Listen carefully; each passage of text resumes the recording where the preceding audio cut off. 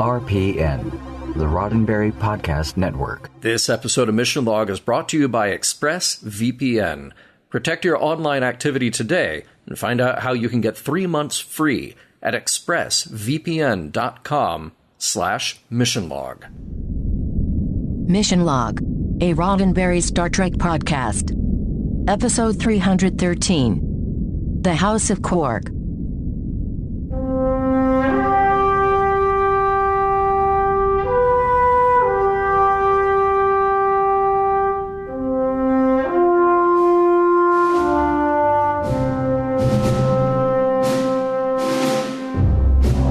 Welcome into Mission Log, a Roddenberry Star Trek podcast. I'm Ken Ray. And I'm John Champion. Mission Log is a show on a mission, examining episodes of Star Trek, taking them apart for ideas and ideals, and seeing whether the episode holds up today. This week, The House of Quark. Not as jazzy as The House of Bamboo, not as angry as House of Pain, not as delectable as International House of Pancakes, but you know, one makes do. John's got trivia coming up in a bit, but first, I'm going to let you know how to get in touch with us. Mission Log Pod is the address to find us on Facebook, Skype, and Twitter. If you'd like to leave us a voicemail, we would love to hear your voice. 323-522-5641 is the phone number to call, 323-522-5641. Our email address is missionlog@roddenberry.com. Our show website, including discovered documents, is at missionlogpodcast.com. And please do remember, we may use your comments on an upcoming episode of Mission Log. No big stars in this episode, John, but what I've noticed is even in a bottle episode, there tends to be trivia. Oh, yeah. And this is no bottle episode that we're dealing with here. No, is that pretty much whether it's a bottle episode or not a bottle episode? Whether there are a lot of stars or not a lot of stars, I'm going to bring the trivia. That is for sure. Yes. Bring the trivia, won't you please? Well, here we go. The House of Quark, the story, is credited to Tom Benko. Now, this is the first-time professional writing credit for Tom, but definitely he is a Trek veteran. So his name may not be the first that comes to mind, but he was an editor on dozens of episodes of TNG, DS9, and Voyager. Plus, he directed Devil's Due and Transfigurations for Next Gen. So that makes him the only person to have written, directed, and edited episodes of Star Trek. The teleplay is credited to Ronald D. Moore because, of course, it's a Klingon episode. And Ron had well cemented his reputation as the go-to Klingon guy. He stated that he purposely wanted to take a lighter tone here, get into more detail about Klingon life, but also highlight some of the absurdities. This was directed by Les Landau, journeyman Trek director, of course. He was there as first AD for Encounter at Farpoint, then got to direct on Code of Honor, before setting off on a very successful Trek directing career. The most recent DS9 episode of his that we covered was Whispers. Now we have a return to Kronos and that matte painting by Sid Dutton that we first saw on TNG in Sins of the Father. Ken, I'm sorry to tell you, it is the last time that we'll be on Kronos until we get to Enterprise. That's crazy. I know. You would think with all the Klingon stuff coming up, but no, this is it for Kronos. And, hey, we know that Stephen Hawking was a fan of Star Trek, and we know that he appeared on Star Trek in Next Gen, but he actually visited the set more than once. So here we are after the end of TNG, after he filmed his bit for TNG, of course, and Hawking came back to Paramount for a set visit to DS9, escorted by Rick Berman, and all of this was recounted as a very special memory by Armin Shimmerman on one of his favorite episodes. And he says that it was sort of like watching the smoke clear, and then here was Stephen Hawking, this very VIP guest to their show. Now let's talk about those guest stars, shall we? So we welcome back Robert O'Reilly, back in the role of Gowron, of course. We last saw him on TNG more than a year ago, if you go by air date time, in the Season 6 episode Rightful Heir. At the opening, we have John L. Bennett as Kozak. His name may not leap to mind among Trek actors, but he's actually been around for quite a while. He had an uncredited role on TNG in The Icarus Factor, and he has 3 on-screen appearances in DS9. But he was actually Avery Brooks' stand-in for most of this show's run, which means he was on set as much as anybody. Degore is played by Carlos Carrasco. He is from Panama, and he got his start in theater before working in a number of action movies, TV roles, and commercials. But we're not done with him on Trek. He will be back twice more on DS9 and once in Voyager. Mary Kay Adams appears here as Grilka.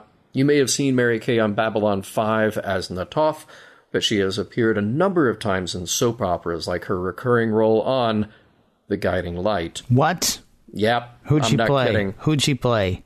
I can't tell you the name, but I can tell you she played that role on and off between like 1985 and 2004. I got to look this up now. You keep going. Okay.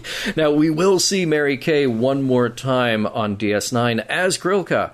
I was glad that we're not totally done with her yet. And finally, I'm just going to vamp here for you, Ken. Finally, Tumek is played by Joseph Ruskin. His career started back in the 1950s, and he's got credits all over the place, but Trek fans already know him, of course, from TOS as Galt in The Gamesters of Triskelion. Now, he may not have appeared in TNG, though he was in the movie Insurrection, but he appears here in DS9, then in Voyager, then again in Enterprise, making him the only actor other than Majel Barrett to have an appearance in one way or another in all of those series. And Ken, I've reached the end of my guest star trivia, so Mary Kay Adams, Guiding Light, what's the word? Mary Kay Adams not in Guiding Light. One Life to Live. I've got her down here on IMDb. I'm on IMDb right now. It says One Life to Live. It says As the World Turns. I'm not seeing Guiding Light. I cannot believe that you would get my hopes up like that, that you would make me think that we had another Guiding Light crossover. Well, see, here's the thing, No, wait. Mary Kay Adams. Yeah. Guiding Light. Where do you see that? Right. Again, from 1984 to 2005, India von Halkine.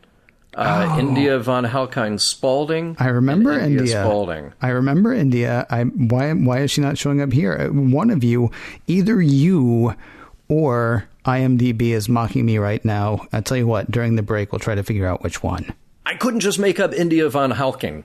No, you got it right the first time. It's von Halkine. Von Halkine? Okay, I distinctly remember not a thing. That character. Not a thing. I'm just saying, for some reason, my phone is messing with me.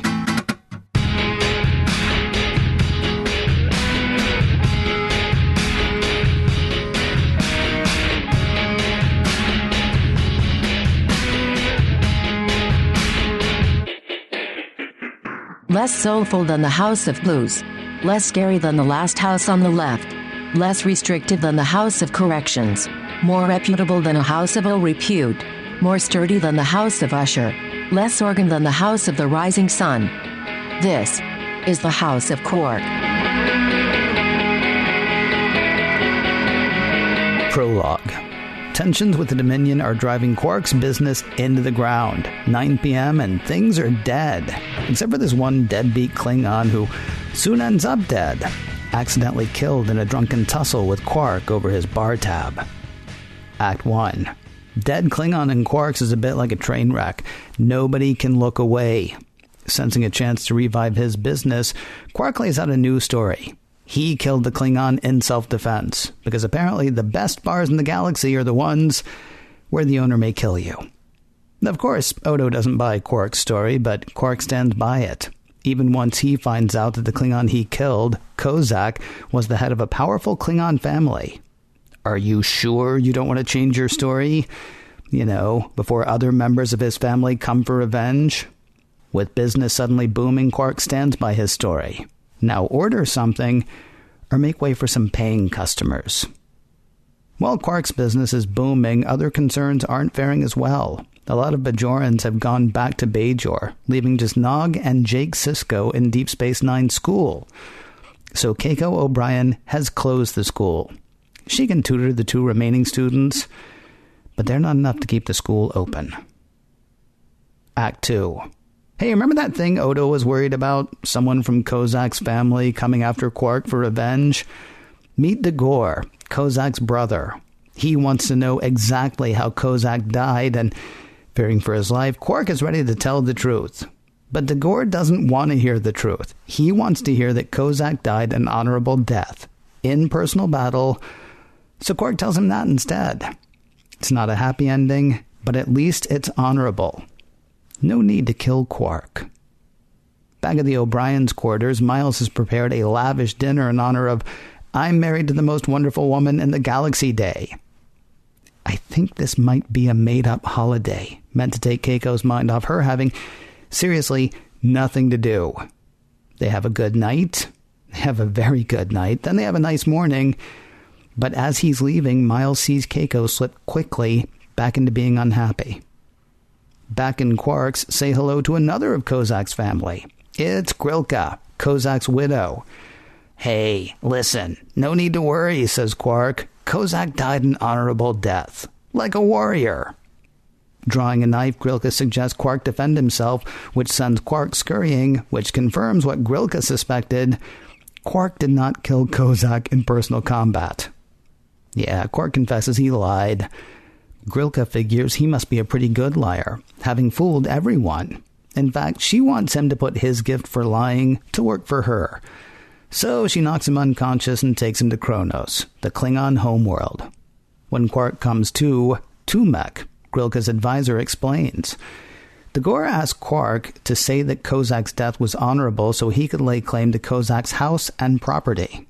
Had Quark told the truth, that Kozak was so drunk he basically tripped on his knife and killed himself, Grilka might have been able to get a special dispensation from the Klingon High Council and run the house herself, even though she is a woman.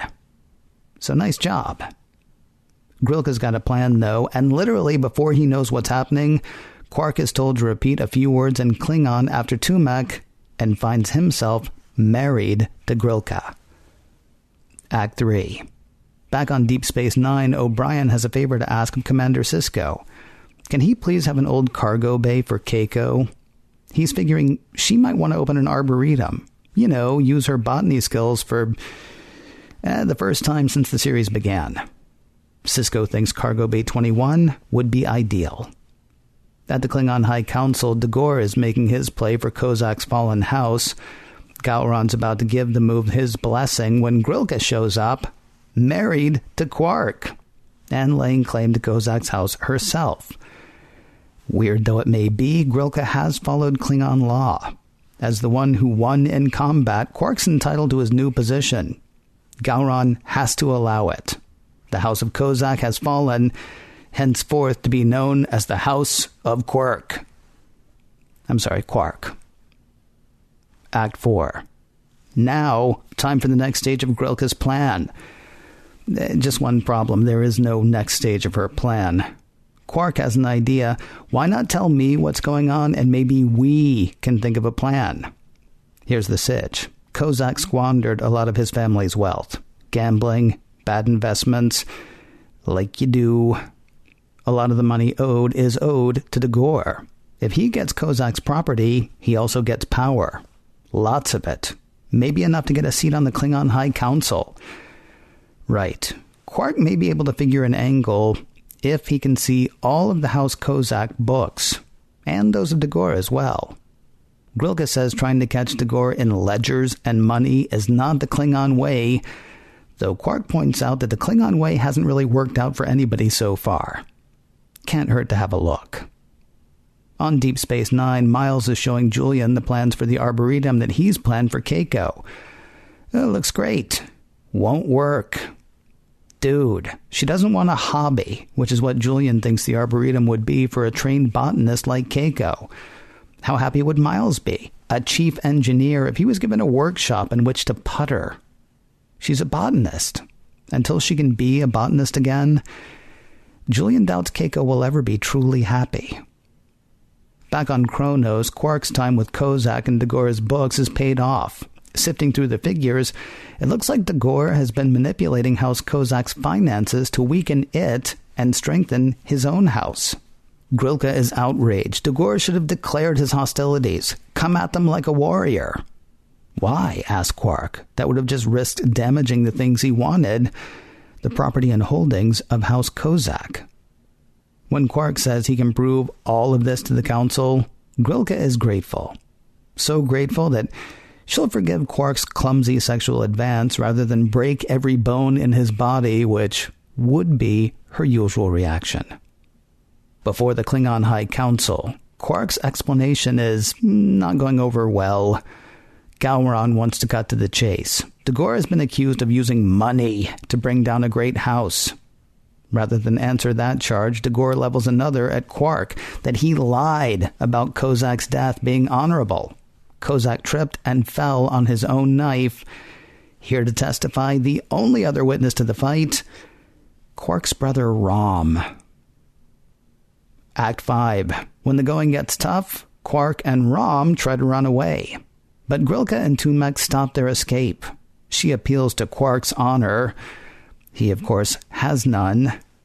She thought he was different. Turns out he's not. And so she lets he and Rom go. Of course, Quark is different this week. Having been challenged to combat, Quark shows up to Klingon High Council, ready to do battle with Dagor. Ready to be killed by Dagor. In fact, that is Quark's play. As soon as combat commences, Quark throws down his bat'leth. This whole thing's a show anyway. They just want him to go through the motions so that they can say it was honorable. He won't play. Falling to his knees, Quark tells Dagor to do it. Kill him.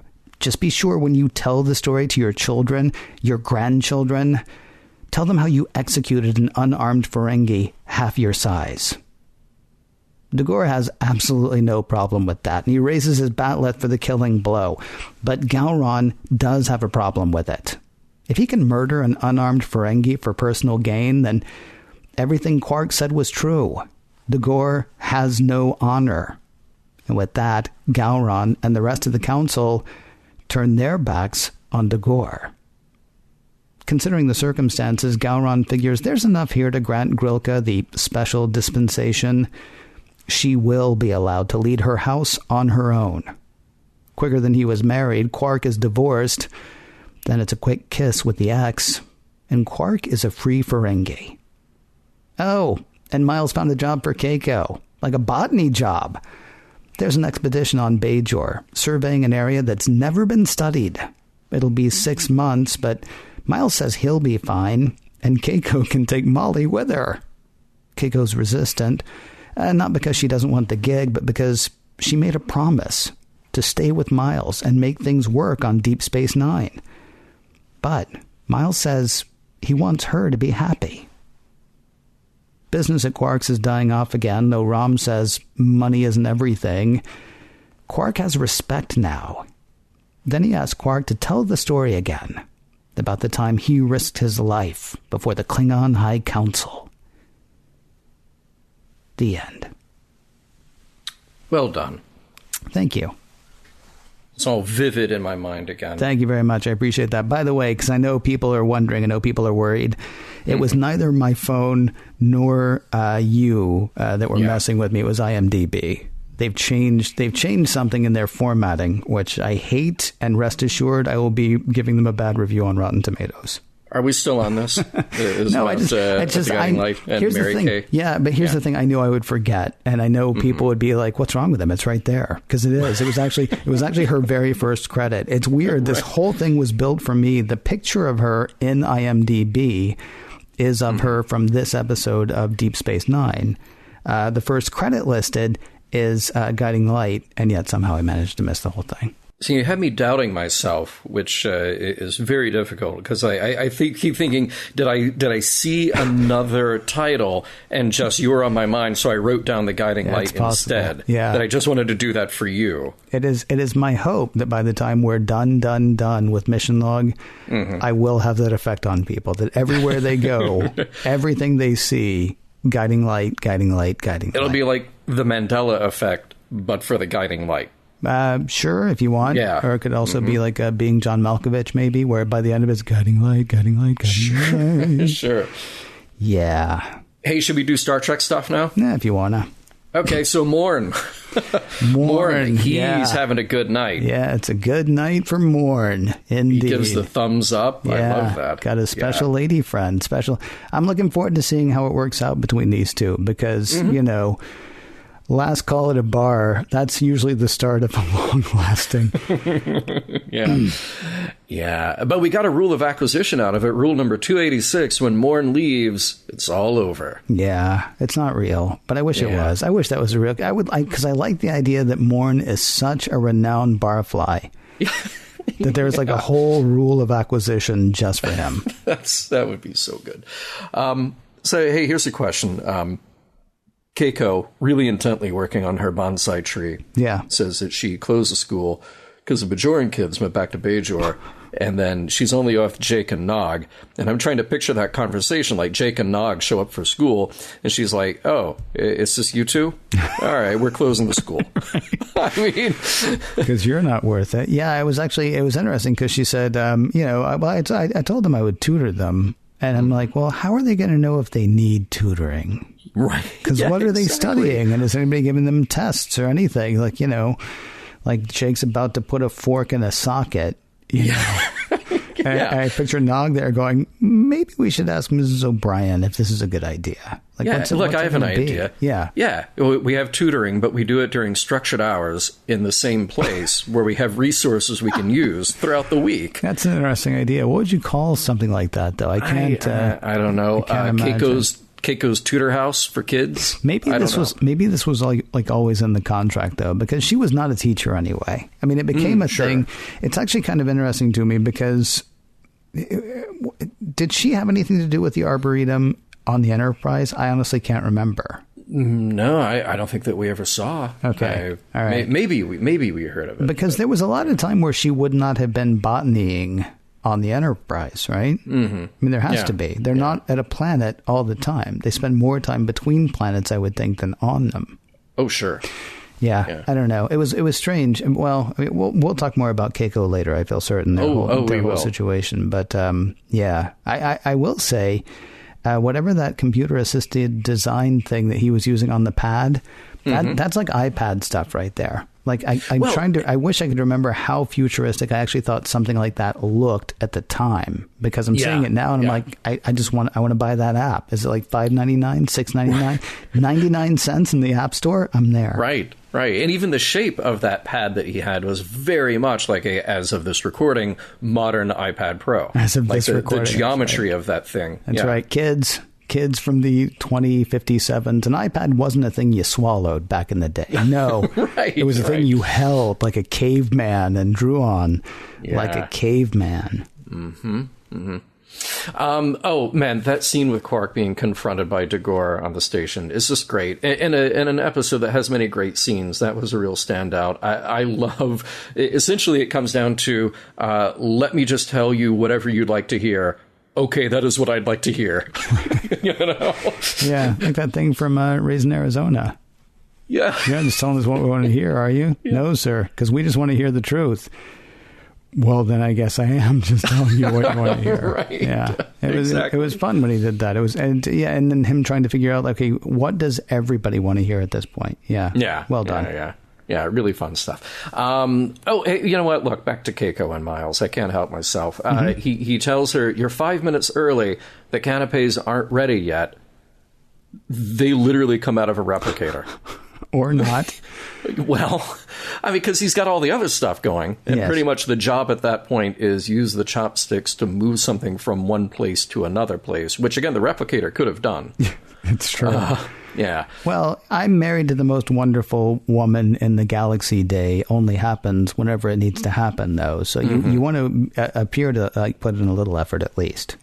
True. Yeah. Okay. That's true. So he set the timer on the replicator for the canapes to be ready in 5 minutes. Yes, I guess so. Well, because he knew it was going to take him a little extra time to get everything, like one noodle at a time from the bowl to the plate. But speaking of which, I think you're really just dragging this out because everybody knows what's coming next. You're going to tell them what food was in the episode. Well, exactly. I was trying to get a good look at the food, and you had some soba noodles and some little random like vegetables and other things in the bowls. Maybe there was a shrimp in there. It's kind of hard to tell because the camera moved fast. It stayed away from the food. Couldn't get a great look at the label on the champagne bottle either. But I will just say that it is poor form to let it overflow when you pop the cork. Now, I get it. He was in a hurry. I get it. Yeah.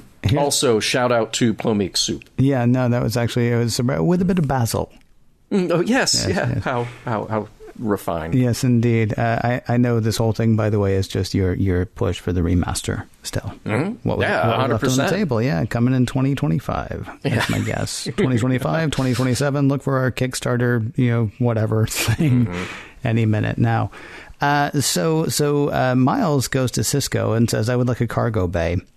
It's not for me. It's for my wife, you see.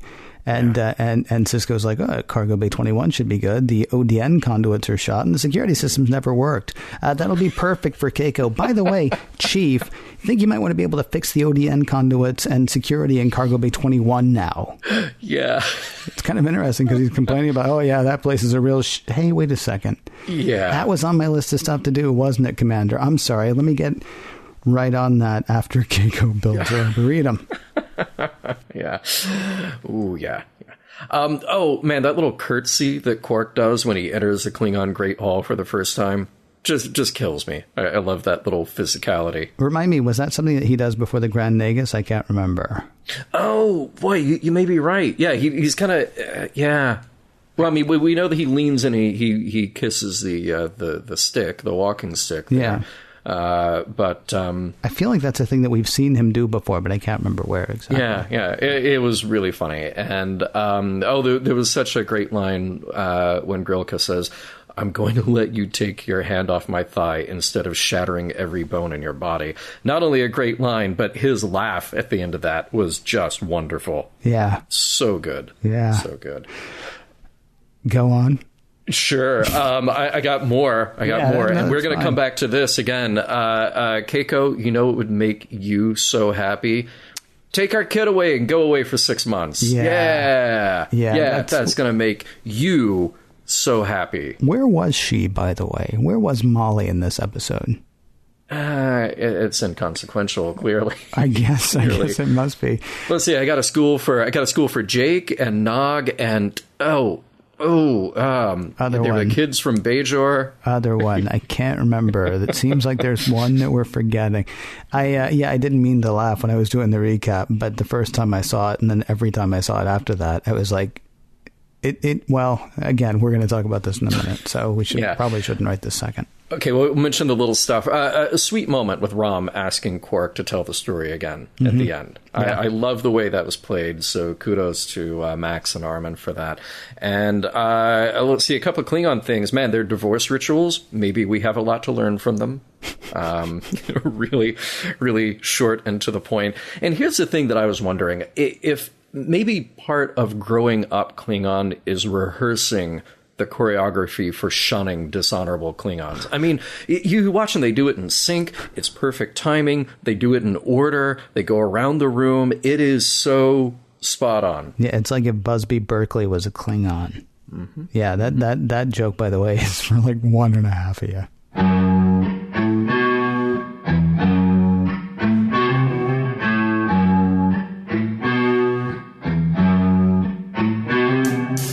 Busby Berkeley was a film director and choreographer, famous for elaborate production numbers. He did, however, employ very few Klingons. We'll dig deeper into the House of Quark in a moment, but first, a word from ExpressVPN. Let me ask you a question. You remember the episode that took place, John, it was with Chris Sarandon. Rivals, was that what it was called?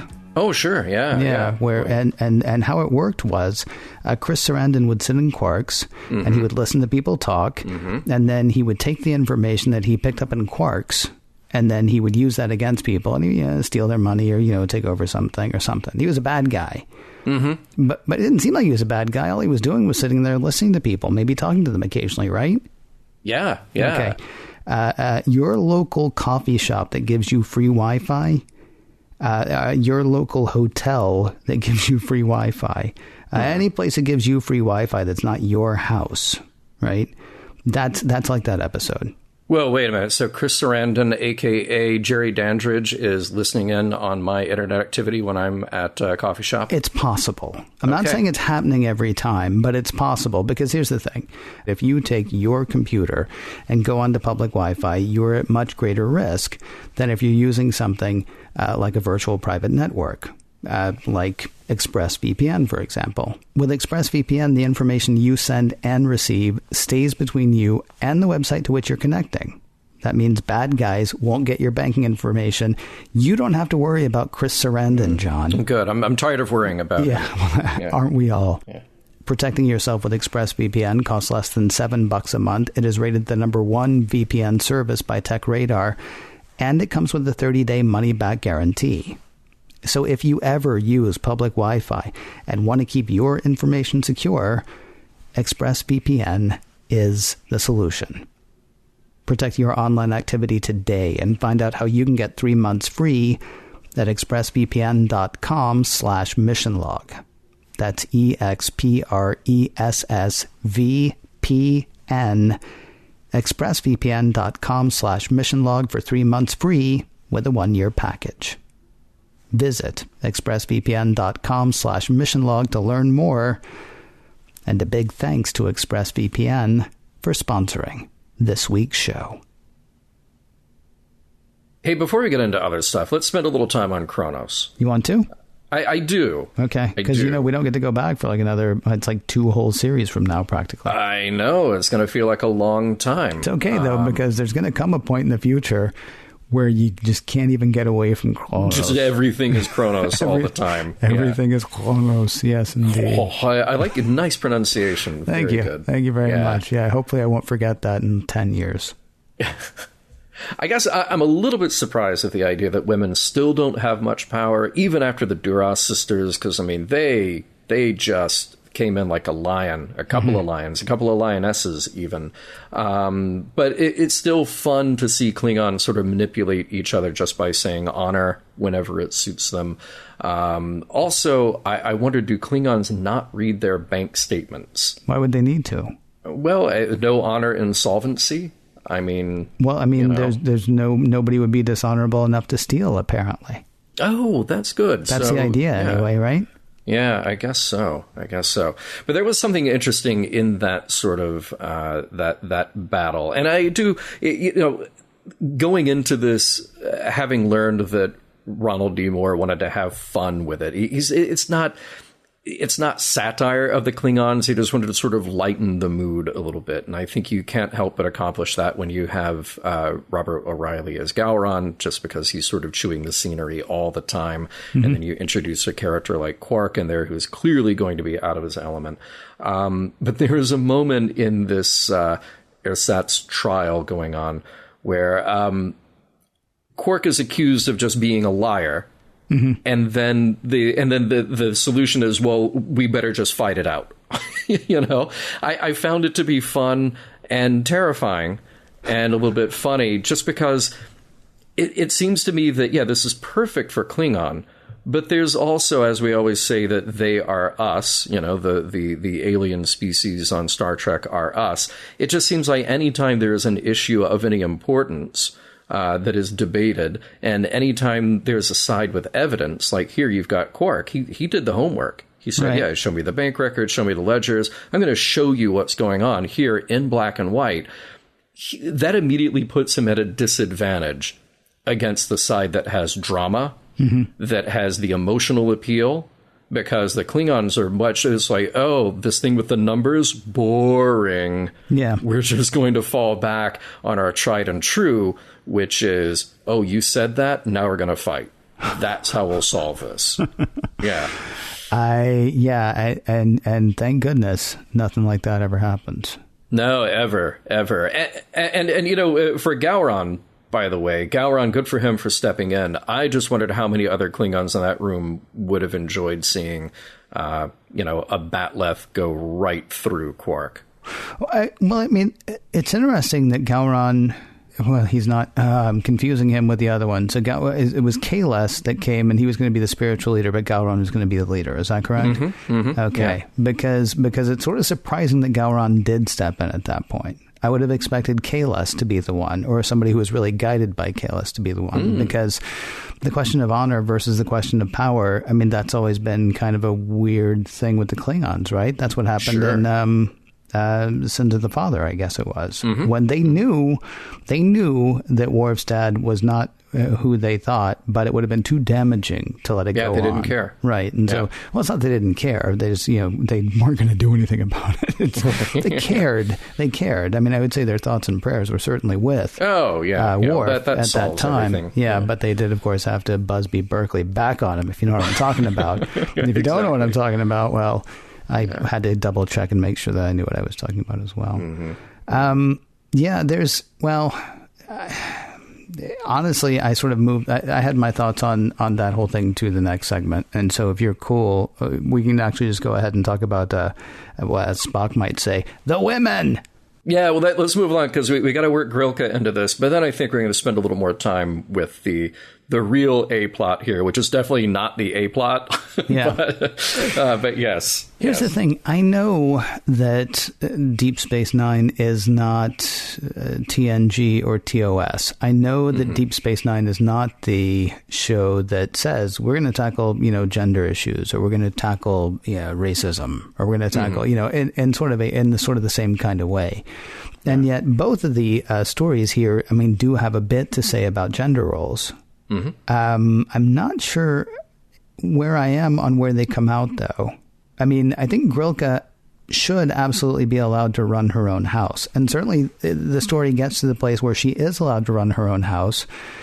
But she can only do that, one, as long as men screw up enough that you might as well let a woman do it. Because, her husband screwed it up so badly. And then the other thing is, as long as men say it's okay. Yeah, I don't disagree with you, but I mean, here's the thing. It's the fun of sort of flipping the gender role. And you know that Grilka is smarter than pretty much any of the other Klingons that we've met here in this episode. She is the smartest person in the room, at least in that. I'm not sure I would agree with that, honestly. She's no less smart. She's no dumber than anybody in the room. I mean, I think you kind of got to give props to Dagor, because he played the long game. He leveraged, finances. I mean, he's as smart as Quark, who actually is the smartest guy in the room in this episode, I think. Yeah, well, I think Dagor, I don't know. He ran this con for a number of years, but he's sort of blinded by his own greed. I think Quark is at least thinking a step ahead of him. And yeah, Grilka didn't have the whole plan figured out, but we know that she is the best person to run to run her family. And then Gowron is a sort of, Gowron's not dumb by any stretch, but Gowron's sort of more concerned with just keeping up the appearance and making sure that he throws in honor every now and then everybody will be fine. And actually, I think Tumac's pretty smart here, but he's also benefiting from the idea that he's there to help Grilka. They're going to help each other. They sort of know the score here. Not to make it too much about today, but you know what actually Gowron reminds me of? Who's that? Gowron reminds me of people who say, well, I don't know anything about computers. And so they don't care about things like, password safety or, or like running a good VPN, or whatever, Gowron is somebody who like Quark is actually there saying, okay, this guy is about to usurp like Klingon law, and he's doing it in ways that you don't want to pay attention to. And Gowron's response is, I don't want to pay attention to that. Kill somebody. Right. Or at least maim somebody. Would that be too much to ask? I mean, that's sort of where the Gowron thing is, which I'm not sure. I mean, again, that's not actually the gender part of it. Yeah. You're right. It's like what you said. Earlier, after the Duras sisters. Although remember, the Duras sisters are dead, so it didn't really go that well for them either. Right? They got killed in Generations. Is that right? Yeah. So, I mean, maybe they were like, well, we tried that. Didn't work. back to the way it's always been, ever shall be. And the bigger one, as you say, bigger for us. I mean, it's definitely the B plot in this episode, but it's kind of a bigger thing. The stuff going on between Keiko and Miles, right? Oh yes. Oh yes. So on the one hand, the eventual answer, go and take the baby with you. I mean, it kind of seems like a prize for Miles. And Keiko too, in that she gets to do exactly what she wants to do and what she was trained to do. But there's not a single thought that maybe Molly should stay on the station. Mm-hmm. Because, I mean, if the Dominion come through, granted, she would die, before Keiko did, but only about 3.5 hours before Keiko did. Because the Dominion, their first stop is Deep Space Nine. Their second stop is Bajor. In the meantime, we're given to understand that she's going to be out, in the mountains, doing botany stuff. It goes great with that. A 4-year-old. Yeah, so good. Yeah. Such a good choice. Hey, do they have schools on Bajor? Because, they do. Somebody could open a school. No, I think they do, because that's where all those Bajoran kids went after they left. Oh, great. And now right? Molly is going to be brought up with a lifetime of cloud monsters and only as she goes to that one village. Although amazing accessories though. So give her that. Yes, so good. Here's the one thing I will say, and it's not. I mean, yes, okay. It struck me as funny, laugh out loud funny when he was when she says the whole thing. Oh, I can't leave you and Molly. He's like, no, take Molly. Right? Okay. Yeah. It really did strike me as laugh out loud funny. The one thing I do like about this, Miles seems genuinely pained by Keiko's having nothing to do. We've seen so many episodes where I don't even know why they hang out, let alone why they stay married. And yet maybe it was the direction, maybe it was the way it was played. I don't know what it is exactly. Even if we don't like the way it ends here, I love Miles' motivations throughout this whole thing. The part, and take your baby with you. Our baby, excuse me. Take the baby with you. That part excluded. I liked their relationship in this episode for the first time in ever. Yeah. Well, okay.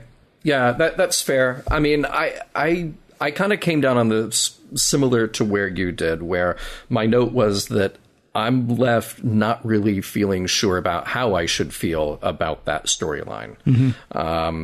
Because the thing that I liked is that it showed care and concern. Yes. Just from the get-go, Miles is concerned, other people are concerned. They're not making light of it. This is something that is real in this world. So that's fine. But what felt odd to me is just this idea that it's all these men on Deep Space Nine who are figuring out a way to keep her happy. Yes. I was going to say that is one thing. I mean, if you're going to fault it, for anything besides, it wouldn't even occur to him to keep, Molly with him. He did spend the whole time trying to fix it for her rather than talking to her about, what she might want to do. Right. And that's what's so strange is I wanted a scene with Keiko and somebody else who is not Miles desperately trying to fix it. Oh, here's some champagne, here's some noodles and some random vegetables. Have her talk to Dax, have her talk to Kira, have her talk to somebody, anybody. And look, I realize that the Bechdel-Wallace test is not the be all end all for analyzing film and TV, so please save your emails. But it's an interesting place to start. It's an interesting way to approach something when you're looking at the characters in a movie or a TV show and how they interact with each other. So, yes, you have this primary relationship between Miles and Keiko, but Keiko is a character, a person with her own agency who ultimately has some hand in being responsible for her own happiness. So if we're not going to have a scene with her talking to somebody else saying either, wow, I really can't figure this out. It's kind of terrible that the school is gone and I'm looking for some guidance. I need to figure things out. Cool. She can go have that conversation with someone. Or maybe the type of conversation where she says to Miles, look, you can't fix my happiness, but instead we get the best advice from Bashir, who says, you can't fix this, i.e. you can't fix her. You know, her happiness, her sense of well-being, her sense of pride in what she does, this is all going to come from her. So thank you, Dr. Bashir, for actually having the most sensitive and thoughtful of any of the advice handed out here. You know, you're making me... The problem is you run the risk of having it be too much like a counselor. I mean, it seems like the person who would have been best able to talk about this would have been Dax. I mean, and only because of the reason that she said to O'Brien, I've been a husband and I've been a wife. Yeah, right. That might be an interesting person to talk to. But yeah, you're right. Props to the ever sensitive Julian. Yeah, and so funny. It was a good play there. It was a good play. And so funny that when Dax says that, like, I've seen this problem from both sides. Oh, okay, well, you better get out of the room then. You know? We're not talking about you, Dax. We're talking about me. Right. But I kind of, or, you know, put in a scene where Keiko can say to Miles, this is terrible. This is not how I wanted things to go. But I realize that there are other opportunities for me. I will make this happen. I will be okay. I could use her help here and there in these other places. But, you know, you don't need to go build an arboretum, which, by the way, I don't know how far they got on the arboretum. I'm assuming nowhere. I'm assuming it was just the drawing and the... just the drawing. Okay, they didn't start moving walls or anything like that. Wow. Okay. Can you imagine how different that would have been, though? I mean, just switch those two things where Miles comes home and Keiko says, I found out about this opportunity. I'm taking Molly. That's a whole different... You know, from the show that brings you all the drama, that's a level of drama that would have really rocked that character. I don't mean rocked like, what? I mean, like, you know, right. Then you've got O'Brien shaken. Right. Yeah. Yes. Yeah. O'Brien must suffer. Is that what it is that people keep? Yeah. That'd be that'd be worse than almost anything Miles. Well, except for the war crimes and the torture. But yeah, it'd be bad. It'd be bad. Yeah. There is that. Hey, let's talk about Quark just a little bit here. Because you said that he so far is your favorite character on DS9. Mm-hmm. So they keep layering and playing with the complexity of Quark. And I'm wondering, you know, I was left with this question. Is he discovering his noble or principled side because of his exposure to people on DS9? Or is this something that he had in him that comes out from time to time when he's, you know, not trying to kill his brother or kill his station mates or maybe somebody he's trying to swindle? You know, I wonder, like, that's kind of the fun, fascinating thing with Quark, is that he'll do something that seems a little altruistic, and then you go, oh, but wait, was that really him doing it because it's the right thing to do?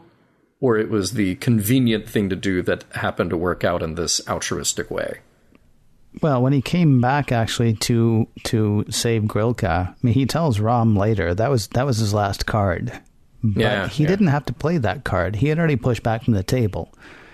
Mm-hmm. And so the fact that he came back and, I mean, did risk his life. I mean, it's like, I mean, I know it's just a throwaway line, but I said, yeah, but Quark is different this week. I mean, he's been he's been different more lately than he's been, you know, the Quark that we first met. How he's going to be, I mean, you know, tune in next week.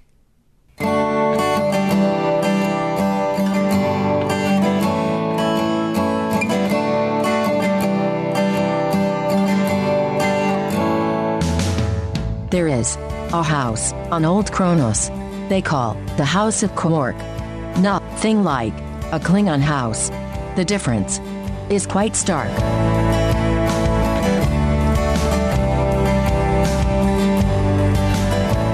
Well, closing time at Quark's. Time for you to go back to the places you will be from. Except for you, Morn. I'd hang around for a couple minutes. You never know. It's time to wind things up. But before we do, we need to talk about the ideas, the ideals, the ideas presented, the things that we may have learned from this episode of Star Trek, specifically Deep Space Nine, more specifically, the House of Quark. John, take us through what you took from this show. Well, I mean, there's a big disparity between the A plot and the B plot, but here's the thing. It's just overall a very solid episode. Mm-hmm. You know, I was amused that, if tax evasion is how they got Al Capone, why not use that on a Klingon? At least Quark tried using that to get the Klingon in the end. But overall, it's just kind of a fun story with good character moments, especially for Quark. This is just purely a dig deep into Quark and see what he's made of kind of story, but still give him that kind of smarmy edge that he has always had from the beginning. And like I said, twisting it again at the end where you have that kind of sweet moment between Rom and Quark, really kind of solidify their relationship as well. There was so much good stuff being played, really with anyone and Armin. Yeah. And even if the stuff with Keiko and Miles is just a little strange, I'm not going to say in this that I either loved all of that or I hated all of that. It was an attempt to build that relationship a bit more. Do I totally buy that solution just works? Like, hey, take the kid and go away for 6 months. It'll be great. I like that they explored it with a little more depth than they have before, than just the bickering O'Briens, which is what we had before. So, I'll give them kind of a B+ for effort on that part. But for the Quark stuff, definitely an A all the way through. What about you, just in terms of the episode holding up? Yeah, I think it does. I mean, it's weird because, well, I guess this won't really surprise anybody. It felt more like a TNG episode in a way. I mean, it felt like it wasn't trying to layer on top of layer on top of layer. And I do like things about it. The fact that there is the caring between Keiko and Miles. And sure, it's easy for us after watching it several times and after 20-something years and whatever. Like already, I'm like, why didn't they just send Molly to be with Keiko's parents? Because we know they're still alive. I mean, they're like little things that you can think of that might have made that better. But yes, I mean, honestly, I felt their relationship. I remember saying that one other time since we started Deep Space Nine, but I only remember saying it one other time. So, yeah, I like that part of it. And yes, nothing happened in this episode that made Quark any less likable for me. If anything, it made it more so, including the fact that, I mean, you see value in Quark. I mean, everything that we've always seen about, what he knows about money, what he knows about working an angle has always been, to somebody else's detriment. Mm-hmm. And he can use his powers for good. Yeah. And that was it was neat. I mean, I kind of wish Cisco had been there to see that. You know, I wish somebody else had been there to see that, because the things that he does are not just, well, they don't have to just be, trying to make an extra, shaving of latinum, let's say. Sure. What about the learning part? What did we take from this episode, John? Well, if the lie works, maintain the lie. I think that works for Quark and it works for the Klingons. Or, you know what, to put that a little more softly for Quark, never let the truth get in the way of a good story. That certainly is working for him a little bit on the bar success. Well, right until it doesn't. Well, sure, but then you just got to change up the lie a little bit and or expand it, and then you're good to go again. See, but the true story worked as well as the lie did. I mean, once the story, do you want to say something like, live your best life or whatever? Because in the end, the implication in the conversation that he had with Rom was like, everybody's tired of hearing that story. Nobody comes around for it anymore. Apparently, when he came back and he was like, so I threw down the thing and I was ready to die. And people are like, that's fantastic. I'm going to buy another drink from you, sir, because I love coming here. I loved it when I thought you might kill me. And now I love it just as much when I think you might die. Sure. I guess is one of the things. Yeah. What else? What else we gotten from this? Well, there's something really interesting about Dagor and what's going on with Gowron and the rest of the Klingons that I think I sort of approached in the last segment. What Dagor is doing is so un-Klingon Klingons don't even want to address the notion or possibility, right? Mm. It's so un-Klingon that he almost gets away with it because no self-respecting Klingon would do the kinds of things they're accusing him of doing. Yeah. And it feels like there ought to be some kind of lesson there, right? Well, on the one hand, I hate the idea that the lesson might be assume that everybody is up to no good, right? Mm-hmm. The old trust but verify thing. I hate that idea because then, that's really no way to live. At the same time, he was born a Klingon. He speaks Klingon. He says he respects Klingon law. And it's like, those who wave the Klingon banner most energetically and sing the songs of honor the loudest may not be the most honorable, even if they know the words. Or even if they don't know the words, but they just say, no, I know all the words. I mean, they may actually just know which buttons to press. Now, luckily, we had Quark, and we had Grilka, and we had Gowron this time. We had people to be the grown-up Klingons in the room, but it was just a hair's breadth that kept Dagor from doing what he was doing, and it feels like there ought to be something there for Klingons to learn and for people to learn as well. Maybe. I'm sorry, we're Klingon people. Human people. Yeah. I'm sorry. Oh, yes, human people. Klingon people or human people. It seems like there might be a lesson worth pulling out. Mission Log is produced by Roddenberry Entertainment, executive producer Rod Roddenberry. You can check out more at the Roddenberry Podcast Network. That's podcast.roddenberry.com. Over there, you'll find not just Mission Log and Mission Log Live, but Women at Warp, Priority One, The Trek Files, and your daily Star Trek news. If you'd like to support Mission Log directly, you can do so at patreon.com/missionlog. For more exciting Star Trek podcasts, check out Trek FM at trek.fm. And for the latest in Star Trek news and discussion, be sure to visit trekmovie.com. Next week, Equilibrium.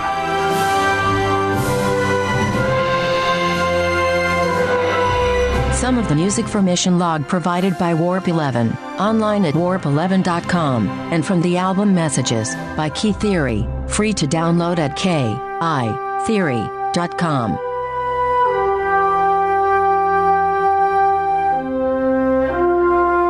Less trippy than Houses of the Holy, more stable than a House of Cards, less soulful than a House of Blue. Wait. I think I did that one already. It must be time to end the transmission.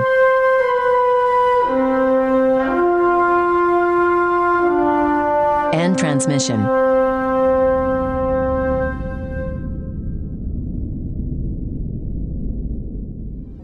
Podcast.roddenberry.com, the Roddenberry Podcast Network.